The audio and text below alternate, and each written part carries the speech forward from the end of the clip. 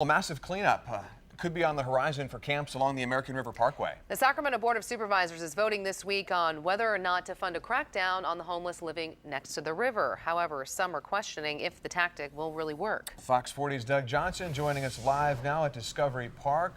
So what's actually being proposed here, Doug? Tell you, Nikki, we're talking about millions of dollars. Now, that money would then be used to hire more rangers, prosecutors, and social workers who would then go out in teams to put pressure on the homeless that live in this park and other parks along the river to then move out. But at least one supervisor is questioning if it's really worth the cost. Some people look really rough out here and dirty, but some of them aren't all bad. Cindy Steffen is one of the hundreds of homeless living in or around Discovery Park. An area she says has many advantages. Water supply, restrooms, toilet paper, shade. But even she agrees sometimes the conditions of the park are unwelcoming. There'll be like crazy people, like, totally out of their mind, just walking around half naked. That's one of the main reasons Sacramento County District 1 Supervisor Phil Cerna wants to allocate $3 to $5 million to the park's budget to clean up the American River Parkway.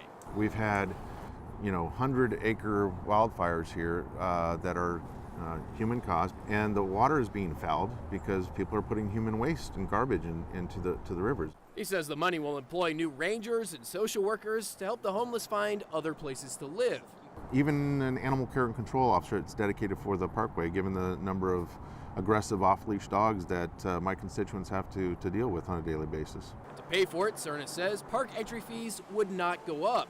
Instead, he's looking at non-general fund sources, such as neighborhood revitalization funds and a county solid waste fund. But it's taking away from solid waste, which means solid waste is now going to have to raise their fees to the consumers. District 4 Supervisor Sue Frost says she's voting against the idea, pointing to the fact that in April, the county already approved several new initiatives, pledging around $10 million to reduce the number of homeless. We haven't had time to see it work, and it could have a positive impact on the park systems. Frost says on top of that, the county already spends over $55 million a year on homelessness, and she fears Cerna's plan could eventually take money out of the county's reserve funds. Reserves, she says, are currently dangerously low. When we have our next economic downturn, we definitely want to be prepared.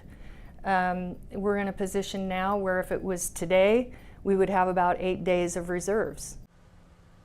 Yeah, and Supervisor Cerna believes that if you kick the homeless out of parks like this, he believes they'll go enroll in some of those county programs. But Supervisor Frost isn't so sure of that. They're both going to get a chance to weigh in on this. There is a vote scheduled for the Board of County Supervisors meeting this Wednesday. Reporting live at Discovery Park tonight, Doug Johnson, Fox 40 News. Definitely a complicated issue, Doug. Thanks so much.